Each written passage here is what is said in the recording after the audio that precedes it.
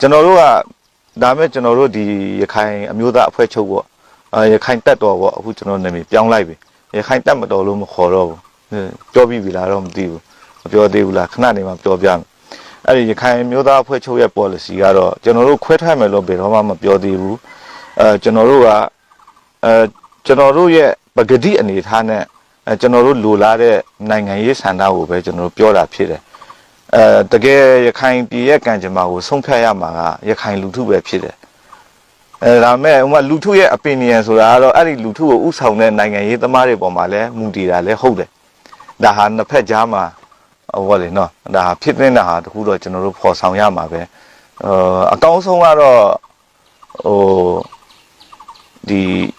စုစီစီပေါ့နော်တိမ်ထဲမှာငင်းငင်းချမ်းချမ်းနေနိုင်ရင်အကောင်းဆုံးပဲဒါမဲ့ကျွန်တော်တို့ဒီအိမ်မှာလုံးဝနေထိုင်လို့မရအောင်ထိနှိမ့်ဆက်ရင်တော့ဒါဟာအင်းင်းချင်းကောင်းဖြစ်ဖို့ကြိုးစားရလိမ့်မယ်ဒါကတော့ကျွန်တော်ရဲ့ဆုံးဖြတ်ချက်မဟုတ်ဘူးသူတို့အပေါ်မှာလည်းမူတည်တယ်ကျွန်တော်တို့ကဘလောက်ပဲအတူနေချင်းဒီဖြစ်စေသူတို့ကကျွန်တော်တို့ကိုနေထိုင်လို့ဘယ်လိုမှမဖြစ်နိုင်အောင်ပေါ့အဲ့လိုလုပ်ခဲ့ရင်ဒါ option တစ်ခုအနေနဲ့ရှိကိုရှိရမယ်အဲ့ဒါတွေအတွက်လည်းကျွန်တော်တို့ကတော့